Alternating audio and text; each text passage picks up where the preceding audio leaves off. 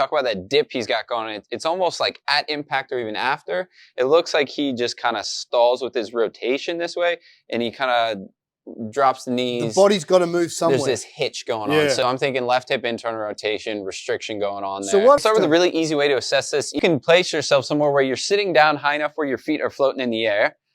It just takes out the rest of the body so we can look at internal, external rotation.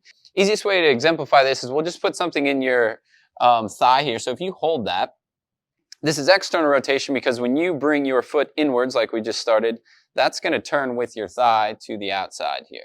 Now, if we flip it the other way, where you're going to go internal rotation, so for him, right foot going out to the side, and this would then, if it follows the same path, turn inwards. I love this. This is such an easy way to describe it. You've got a ton of internal rotation. But what we're seeing with Peter's swing, and this is, again, we're kind of assuming based on what we can see, I would suggest he's probably a little tight internal rotation both sides, but a little more restriction with external on the right, more internal rotation restriction on the left, which is exactly what your hips do in your downswing. See Pete, he's got his feet splayed both. Therefore, because his right foot is, his trail foot is splayed, that allows him more internal rotation, backswing.